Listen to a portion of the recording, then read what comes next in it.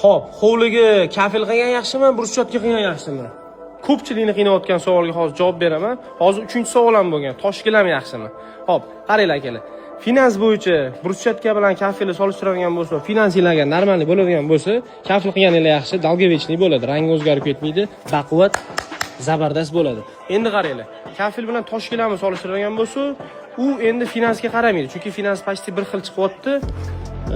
Endi yosh kattalardan biz qiyos qiladigan bo'lsa, yosh kattalar ko'pchilik kafil bilan yoshligidan o'rganib kelgan, o'shaning uchun tosh gilamga hozir o'rganisha olmayapti, yengillik bo'lgani uchun.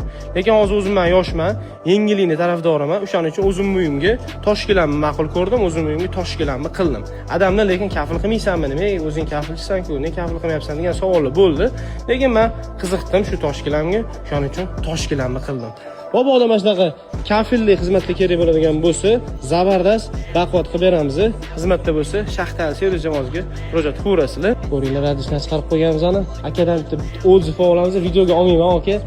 Sizni prosta ishimizga qisqa, bitta baho bering.